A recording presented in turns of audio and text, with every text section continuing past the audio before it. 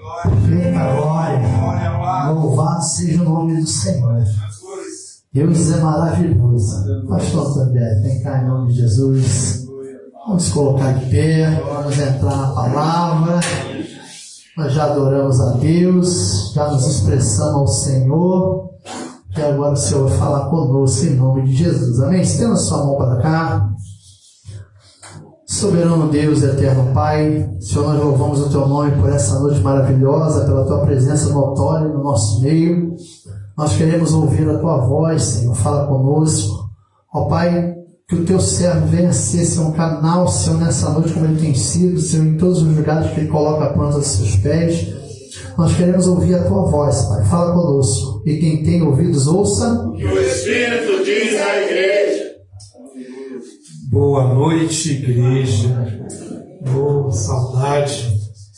Deixa eu pegar aqui o instrumento principal. Enquanto eu pego, podemos abrir nossas Bíblias em Mateus 11. Glória a Jesus.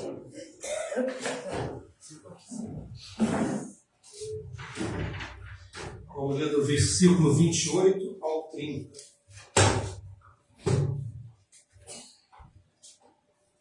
Aleluia. Mateus 11, 28 ao 30.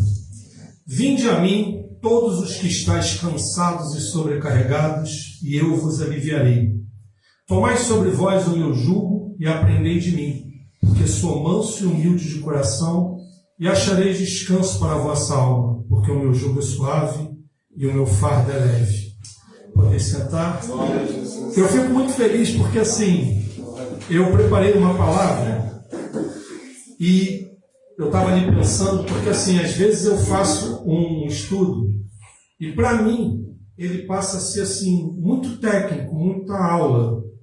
Eu vou botando, vou fazendo as correlações, porque eu quero aprender também e ser ministrado daquilo que eu vou falar com a igreja. E eu estava ali assim, eu botei muito versículo, eu botei muito negócio, eu vou resumir, vou pular. Só que desde a palavra introdutória, desde os louvores, tudo. Na hora que eu estava ali com a Karine, eu falei assim, amor, o pastor Nilson está falando tudo que eu preparei. Então eu vou pedir permissão para vocês, para a gente então passar tópico por tópico, começando por essa palavra que está em Mateus, que é um convite ao descanso. Jesus Cristo, na verdade, ele mostra compaixão e preocupação com aqueles que sofrem.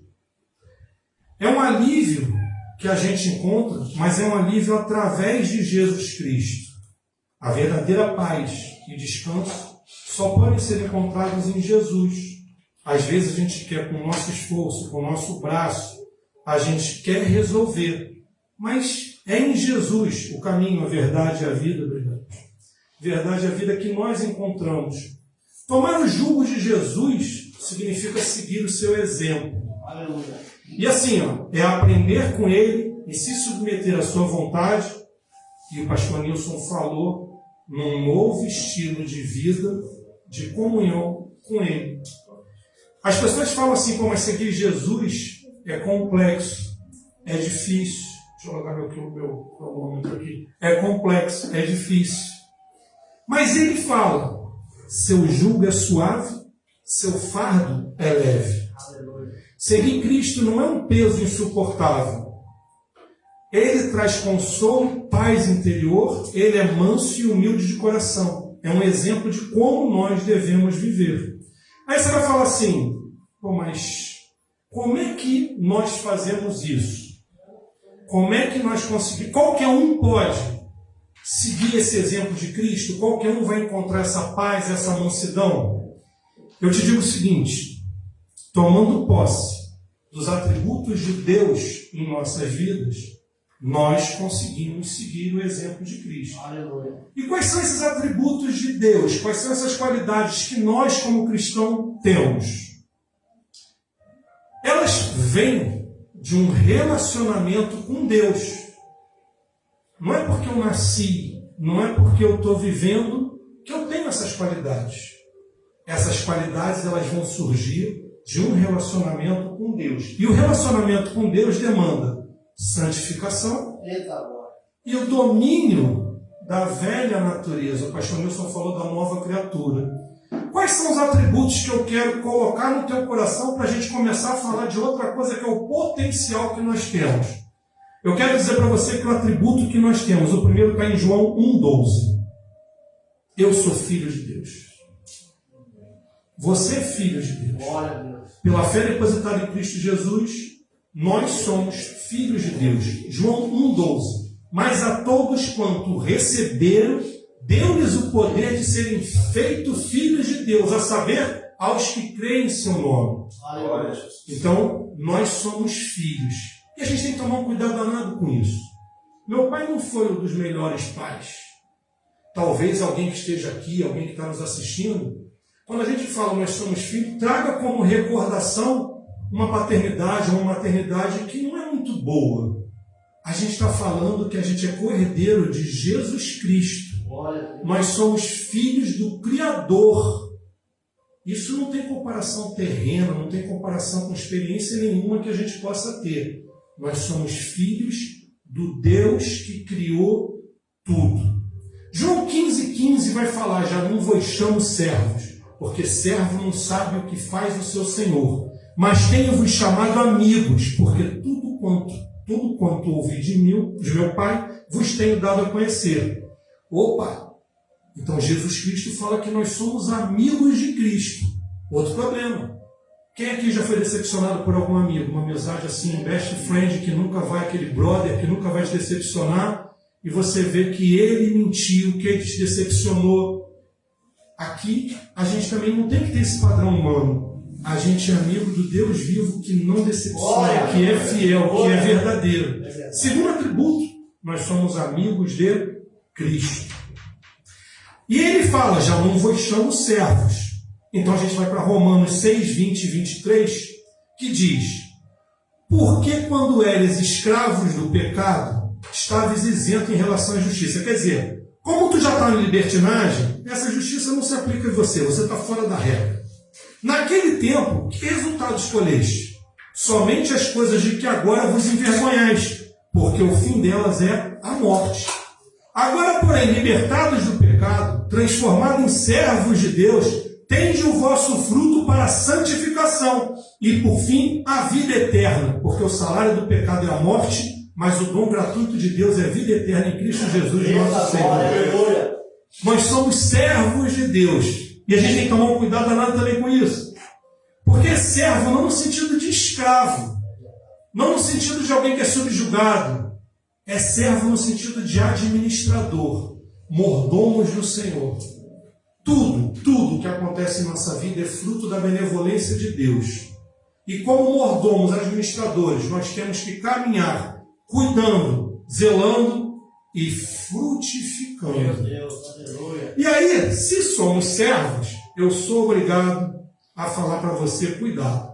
Mateus 25, do 14 ao 30, especialmente do 14 ao 30, a parábola dos talentos.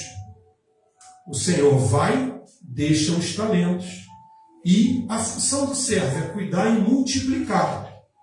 O final. E o servo inútil? Quem foi o servo inútil? Aquele que recebeu só um talento, guardou e devolveu o talento, dizendo: Senhor, eu sei que tu colhe onde não planta, eu sei que não... E ele fala: mas está aqui o teu talento de volta que eu cuidei. Ele fala: servo inútil. Tira dele e dá para quem mais produziu. Lança-o para fora nas trevas. Ali haverá choro e ranger dos dentes. O mordomo não é aquele que guarda a propriedade, que zela. É aquele que multiplica e frutifica para o reino. Aleluia. Então, quando a gente vai com base nesses atributos, então assim, eu quero ter o Jesus Cristo como exemplo, é o meu paradigma, é o meu alvo, é o meu modelo. Para ter isso, eu tenho que entender que sou filho, sou amigo, sou servo. Eu tenho essa centelha na minha essência. Eu tenho o potencial de Cristo em mim, de Deus em mim. E as escolhas que eu tenho determinam o meu caminho, o nosso relacionamento com Deus. É esse caminho que a gente vai fazer. Senhor, tua palavra foi aberta Te peço, Pai, que ilumine, que traga discernimento e sabedoria, assim como ministrou em mim, assim como falou no meu coração, que essa palavra possa falar ao coração dos meus irmãos, a tua igreja, aqueles que nos assistem. Pai, faz conhecer a tua verdade, perdoa os nossos pecados e nos abençoa em nome de Jesus Cristo. Amém. A palavra de Deus nos ensina que somos dotados de talentos e habilidades. E as nossas escolhas têm um impacto na nossa vida. Antes da gente falar dessas escolhas, vamos começar por aquilo que o pastor Nilson falou aqui. O domínio da carne. A nova criatura. Quando Caim estava pensando, cabisbaixo, o que ia fazer com Abel, ele está virado, semblante, baixo. E em Gênesis 4:7 a gente lê: se procederes bem, não é certo que serás aceito? Se todavia procederes mal, eis que o pecado jaz à porta, o seu desejo será contra ti, mas a ti cumpre, guarda no teu coração, dominá-lo. O pecado jaz à porta, e nós temos que dominá-lo. Efésios 4:17 e 24, quando fala da santidade cristã que se opõe à dissolução, ao desregramento, ele diz: isso, portanto, digo, e no Senhor testifico, que não mais andei como também andam os gentios, na vaidade dos seus próprios pensamentos, obscurecidos de entendimento, alheios à vida de Deus por causa da ignorância que vivem, pela dureza do seu coração, os quais, tendo se tornado insensíveis, se entregaram à dissolução para, com avidez, cometerem toda a sorte de impureza. E aí ele continua: mas não foi assim que aprendestes a Cristo, se é que de fato tendes ouvido e nele fostes instruídos, segundo é a verdade em Jesus, no sentido de que, quanto ao trato passado, aqui assim é muito forte. Quanto ao trato passado, vos despojeis do velho homem que se corrompe segundo as concupiscências do engano, e vos renoveis no espírito do vosso entendimento, e vos revistais no novo homem, criado segundo Deus, em justiça e retidão procedentes da verdade. Aleluia. Tu é filho, tu é amigo, glória. Tu é servo. Para ser tudo isso, o velho homem tem que estar enterrado, morto, ou no mínimo, tem que estar no litígio contigo. Você não pode ser o velho homem e dizer que é filho, que é servo, que é amigo. Desse jeito, aleluia. Não pode. E isso falou forte para mim. Não pode. Vai falar mais forte ainda. Quando a gente continua, Colossenses 3:5, fazei, pois, morrer a vossa natureza terrena, prostituição, impureza, paixão lascívia, desejo maligno e avareza, que é idolatria. Romanos 6:12 e 14, não reine, portanto, o pecado em vosso corpo mortal, de maneira que obedeça às suas paixões, nem ofereçais cada um dos membros do seu corpo ao pecado, como instrumentos de iniquidade, mas oferecei-vos a Deus como ressurreto dentre os mortos, e os vossos membros a Deus como instrumentos de justiça. Porque o pecado não terá domínio sobre vós, pois não está debaixo da lei, e sim da graça. Romanos 3:23, pela fé depositada em Cristo Jesus, recebemos de maneira incondicional a graça e a misericórdia do Senhor. Aleluia. É essa graça que nos faz co-herdeiros de Cristo. E como consequência, amigos e servos. Mas a gente tem que estar em constante batalha. A nova vida, Romanos 12:1-2.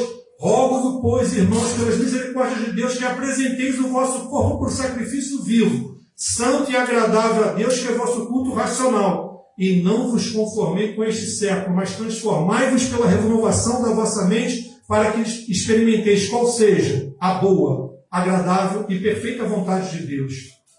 Você quer experimentar a boa, agradável e perfeita vontade de Deus?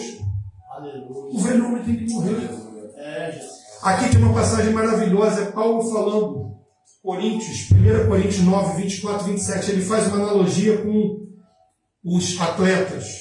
E ele diz o seguinte: não sabeis vós, os que correm no estágio, todos na verdade correm, mas um só leva o prêmio? Correis de tal maneira que alcançais. Aí agora ele bota: todo atleta em tudo se domina. Aqueles para alcançar uma coroa corruptível, que vai passar, que é efêmera. Nós, porém, é incorruptível. assim corro também eu. Não sem meta. Domínio, meta, planejamento. Assim luto, não como desferindo tapas. Tu vai para uma briga. É aqui, ó. Defesa, concentração. Vou entrar onde? Vou bater como? Vou dar o tiro certo. Briga de rua. A gente diz que não tem super-herói americano.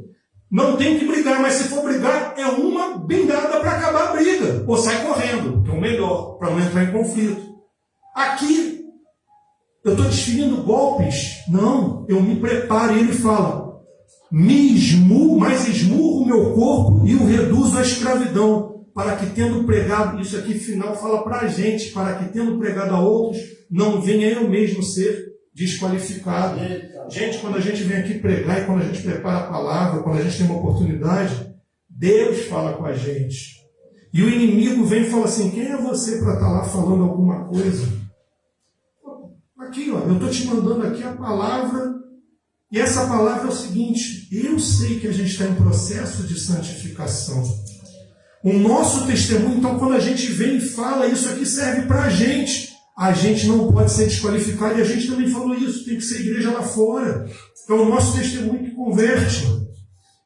E olha para mim, dominar a carne é essencial nessa jornada de santificação. Compromissos com Deus, metas, objetivos, alvo para alcançar. O alvo que a gente tem que alcançar é Jesus Cristo, é o paradigma, é a régua de aferição. A gente tem ele como modelo. Aleluia. Agora, ele também é a chave hermenêutica que a gente usa para essa santificação.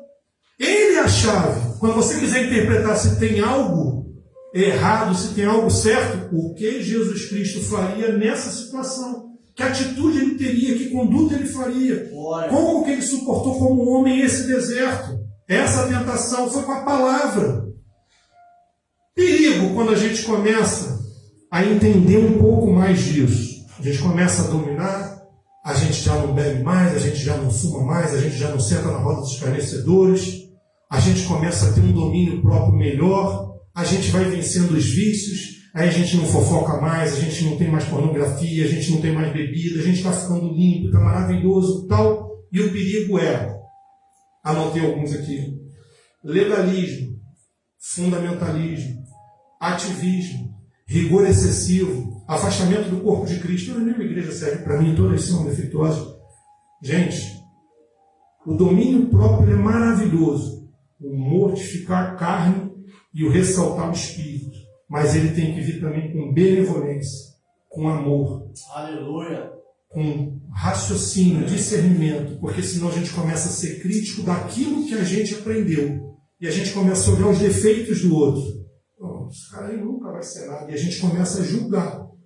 A gente adquire domínio próprio para, com o amor de João 17, testificar o amor do Pai no Filho que veio para nós. E como grande comissão, nós conquistamos novas pessoas para esse caminho.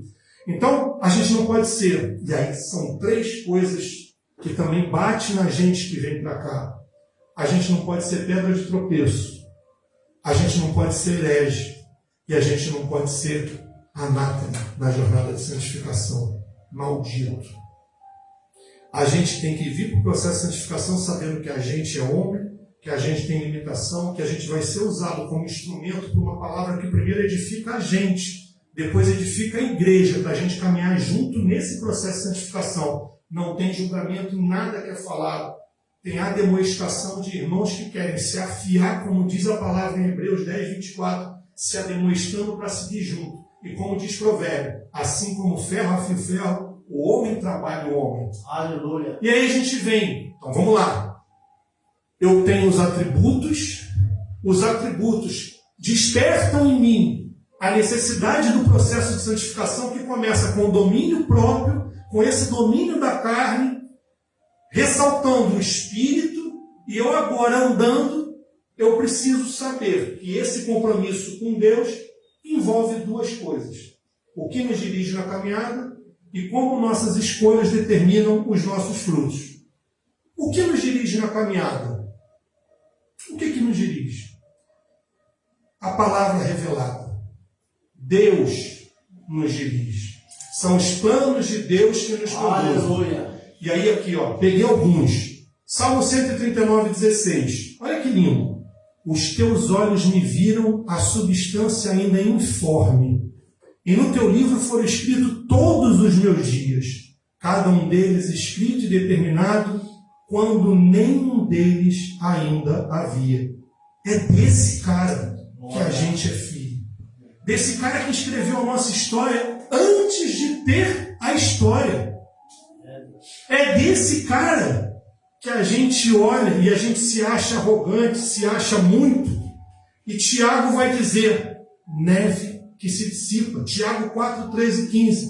Atendei agora vós que dizeis, hoje ou amanhã iremos para a cidade tal, e lá passaremos um ano, e negociaremos e teremos lucros. Vós não sabeis o que se sucederá amanhã.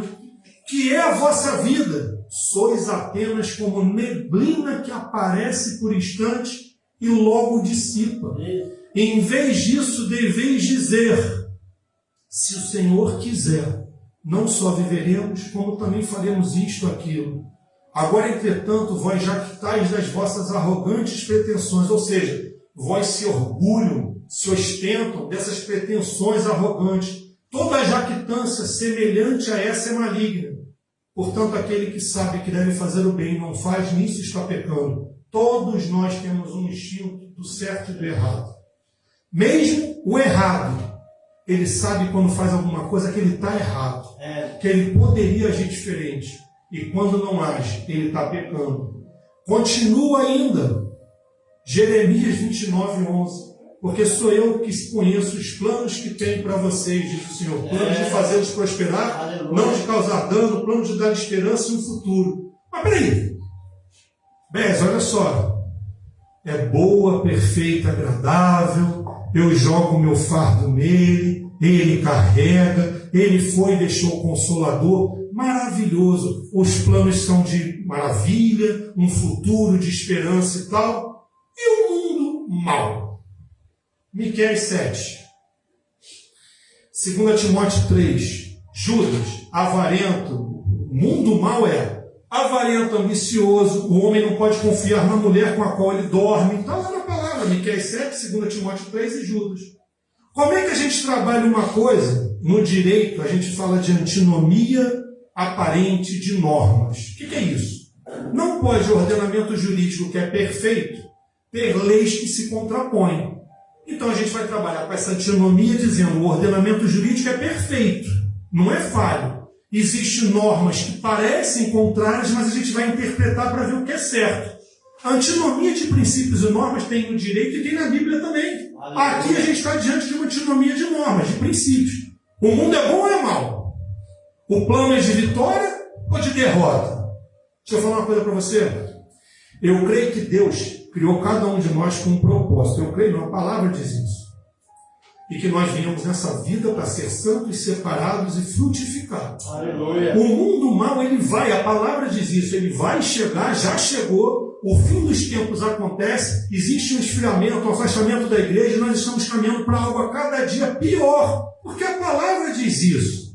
Não melhora, porém, para quem é santo, separado, que está no processo de santificação, ele disse que foi e deixou quem? O auxiliador, o conselheiro, para a gente dar a mão e passar com ele pela tribulação. Então não tem antinomia nenhuma. O mundo é mau para quem? Aí agora a gente vai. Terceiro e último ponto. O mundo é mau para aqueles que não sabem as escolhas certas. Deus. Provérbios 3, 5, 6. Confia no Senhor de todo o seu coração e não se apoie em seu próprio entendimento. Reconheça o Senhor em todos os seus caminhos e Ele endireitará as suas veredas. Nossas escolhas moldam o nosso caminhar. Nossas escolhas têm como consequência aquilo que a gente vai receber da vida, ainda nessa vida e da vida eterna. Para quem for, todo mundo vai para a eterna. Uns para um lugar muito bom, outros para um lugar que é aquele do servo fiel, onde tem escuridão e ranger dos dentes. Então, a nossa determinação, ela deve sempre existir. Nós temos que correr para o alvo é Cristo. Se a gente vai receber alguma coisa ou não, a gente tem que continuar fazendo o quê? Obedecendo, marchando e frutificando. Ponto. Quando escolhemos seguir os caminhos de Deus e honrar seus princípios, colhemos bênção, colhemos prosperidade espiritual. Se nós escolhemos não seguir a vontade de Deus, o resultado é dor e a separação dele. Bom, estamos colhendo fruto de escolhas alinhadas com os planos de Deus. Olha só como é que é forte. Gálatas 6, 7.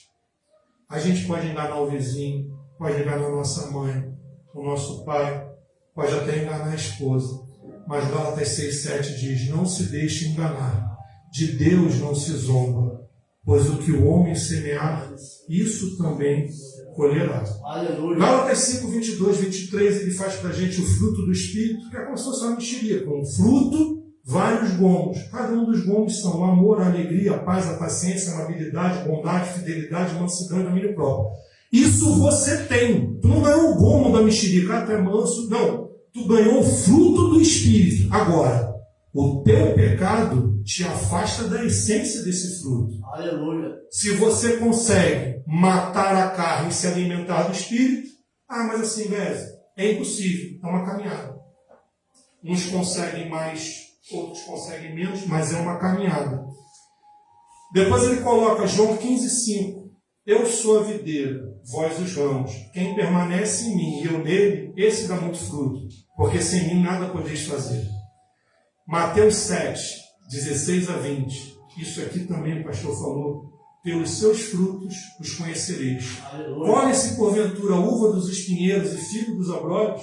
Assim toda árvore boa produz bons frutos, porém a árvore má produz maus frutos.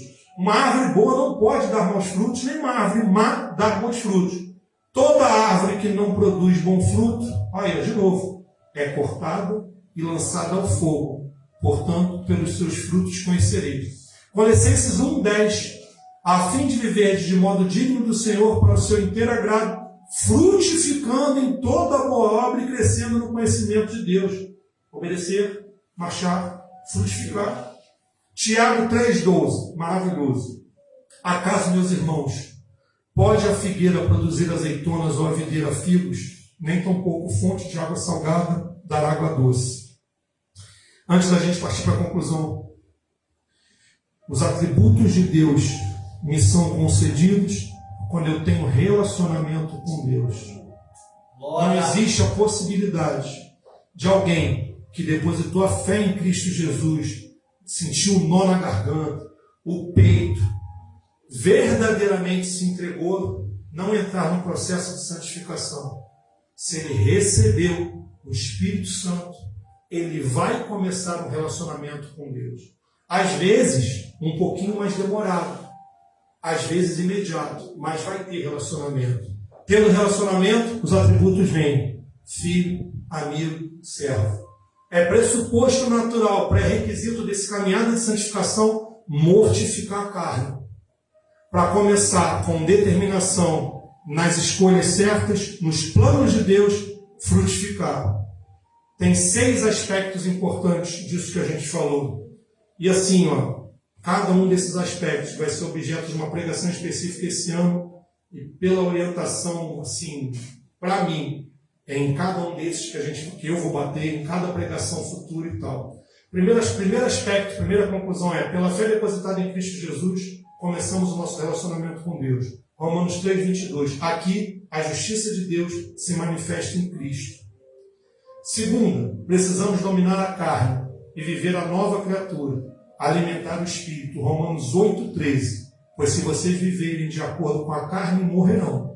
Mas se pelo Espírito fizerem morrer os atos do corpo, viverão. Terceira conclusão: Deus tem os planos de nossa vida escritos, mesmo antes de nascermos. Precisamos estar alinhados com Ele. A gente falou de Jeremias 29, 11, Ele que conhece os planos de vitória e tal. Mas também tem Provérbios 19, 2. Os nossos planos estão no coração, mas são enganosos. É Deus que dá palavras de nós. Muitos são os planos no coração do homem, mas o que prevalece é o propósito do Senhor. Romanos 8, 28. Sabemos que Deus age em todas as coisas para o bem daqueles que o amam, dos que foram chamados de acordo com o seu propósito. Efésios 2, 10, ainda com relação aos planos. Pois somos obra-prima de Deus, criados em Cristo Jesus para fazermos boas obras, as quais Deus preparou de antemão para que nós as praticássemos. Ei, olha só, não é a tua obra que te salva. Tu é trapo imundo, a gente é miserável. O fazer boas obras é uma consequência da graça e da misericórdia de Deus. Eu sou salvo pela fé para as obras. Eu não sou salvo pelas obras para a fé. É, Deus, aleluia. Tem doutrina que diz que você é salvo pelas obras. Eu sou salvo, independente do que eu faço, pela fé depositada em Cristo Jesus. Mas se verdadeiramente eu recebo o Espírito Santo, eu sinto necessidade de frutificar e ter toda essa caminhada. Quarta conclusão, nossas escolhas. Gálatas 6:7, guarda isso. Não se engane, de Deus não se zomba, pois o que o homem semear, ele também colherá. As duas últimas.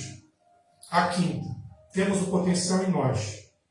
O potencial é a herança dessa criação divina. Por ser filho, nós temos o potencial. Mas olha que lindo. Mas precisamos estar atentos e ser sóbrios. Vigiar. Porque o diabo, nosso adversário, anda em derredor, bramando como um leão, buscando a quem possa tragar. 1 Pedro 5:8. Está aqui, ele está ali. Não se engane. E ele só está esperando um vacilo, como Caim. O pecado jaz à porta, domina. E a última conclusão está aqui. Existe um inimigo maior do que o coisa ruim, usado pelo coisa ruim.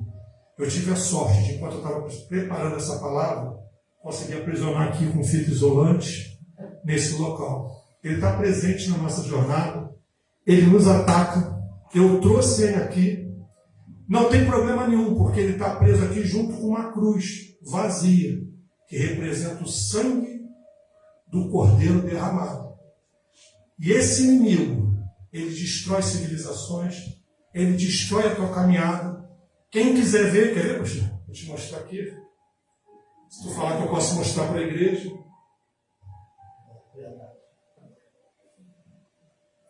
Esse é o nosso inimigo. Tu pode chegar na tua casa agora, no teu quarto, no teu banheiro, e olhar. Olha bem para ele. É o nosso ego. É a nossa prepotência. É a nossa arrogância. Que quando a gente chega na frente do espelho e olha, a gente tem que falar: trapo imundo, miserável que tu é. Aleluia. Tu quer ser digno de ser filho? Tu quer ser digno de ser amigo? Tu se acha servo? Foi em vão que a cruz ficou vazia? Trapo imundo, se domina, se cura. Aleluia. A tua igreja precisa de você. É verdade. Gente, Aleluia. tudo aqui foi palavra. E o meu receio era, porque a minha esposa falava: eu gosto quando você fica mais solto, fala mais solto e tal, porque parece que está lendo muito. Isso é palavra. Não fui eu, foi palavra. Glória. Isso fui eu. Porque na hora que eu bati em Paulo, quando ele fala que a preocupação dele é não ser digno de transmitir por causa do exemplo dele, eu me questiono: quem será digno de transmitir? Se todos nós estamos destituídos da glória do Senhor. Aleluia. Se todos nós somos É, pecadores. A diferença, igreja, é que existe uma luz. A gente estava nas trevas e na escuridão. Um dia a gente viu aquela luz e a gente falou: pô, eu quero ir para aquilo. E conforme a gente nunca vai ser a luz. A luz é Deus, é o Criador. A gente nunca vai ser a luz. Mas conforme a gente anda para essa luz, a gente vai começando a ver as sujeiras e vai se limpando. É se olhar no espelho, despido de qualquer arrogância, de qualquer pretensão, e entender que a promessa de Deus é de vitória, que a promessa de Deus é de plano perfeito, que nos desertos que a gente já passou e que ainda vai passar, Ele vai estar junto. Mas é Ele, que Ele cresça, eu diminua. E não por acaso, no espelhinho que eu arrumei, o de cima é o normal, o de baixo é o de lente. Quando eu olho para cá, eu vejo o beze pequeno. Quando eu olho para a cruz, eu vejo eu por trás da cruz grande. E a metáfora é: Cristo habita em mim. Eu creio nisso. E é nisso que a gente tem que acreditar, igreja. Não existe batalha perdida. Mas o inimigo está em redor. Falam ao derredor. Mas os anjos do Senhor, eu prefiro dizer, eu sou santo. Onde nós pisamos, eu sou santo. Deus habita em mim. Eu sou filho, sou amigo, sou servo. Tomei posse desses atributos. E isso só dá uma responsabilidade maior, que é olhar no espelho e falar: caramba, melhorei, estou melhorando. E a gente tem que fazer esse caminho que o Rogério já falou, que a santificação é um caminho de regeneração. E um dia a gente vai ter essa coroa incorruptível, que Paulo fala. Obrigado, igreja, pela oportunidade.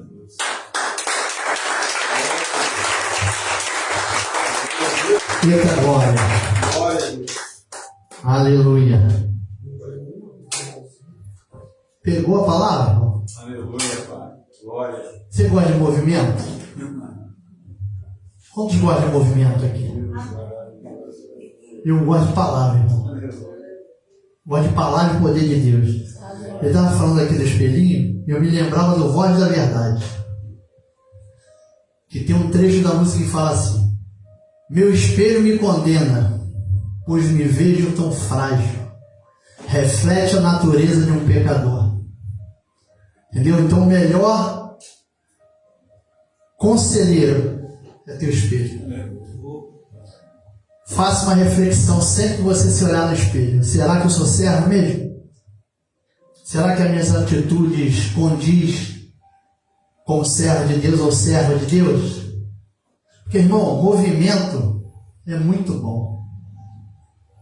Pula é ótimo, né? Mas palavra, meu querido, é que liberta. A palavra, ela confronta, a palavra, ela te moe e ela te traz para a realidade, porque é conhecendo a verdade que você é liberto.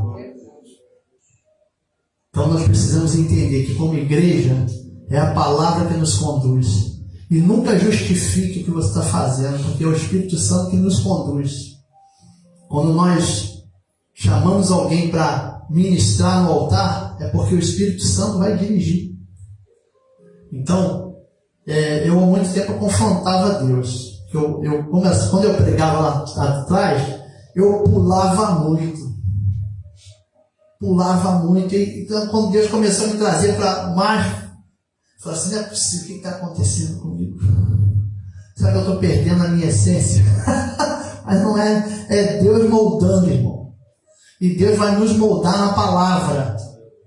Você quer ser moldado? Na palavra. É na mão do olheiro, como nós cantamos aqui, pedindo a Deus para nos refazer a cada dia. Entendeu? Entendendo que Deus, Ele é o provedor, mas nós precisamos abrir mão de algo. Porque você já viu aquela pessoa que quer caminhar, mas quer continuar fazendo a mesma coisa. Não vai acontecer, irmão. Você quer ser servo? Você quer ser amigo? Você quer ser filho? Tem que fazer à vontade. Meu filho fazia as coisas conforme a minha vontade. Porque eu sou pai, eu tenho que conduzir assim. Deus quer nos tratar, quer nos conduzir para a vida eterna. Para ele poder naquele grande dia falar, se olhar para você, Davi, olhar para você, Oscar, para todos vocês que estão aqui, ó, vinde, benditos de meu Pai, possuir o reino, que é por herança, desde a fundação do mundo que eu preparei para vocês. É desse jeito, não vai ser de outra forma. Amém? A igreja pode aplaudir o Senhor, e Deus continue abençoando o nosso amado pastor Bez, amém? Vamos se colocar de pé em nome de Jesus. Aleluia, terça-feira, estudo bíblico. Amém, irmão? Olha, estamos falando de palavra, tá? Estudo bíblico. Amém? Vamos agradecer ao Senhor. Continuar orando pelo irmão Adriel, tá? Piorou muito a situação dele. A pastora falou com a mãe dele hoje. O médico falou que tem mais jeito não. Não é nos olhos humanos, né, irmão? 31 anos. Câncer já tomou total. Então, vamos orar, né, irmão? E será feito segundo a vontade do Senhor, né? E orar pelos pais, né, para que Deus continue dando refrigério. Amém? Então, estenda a sua mão, o presbítero Rogério vem fazer essa oração.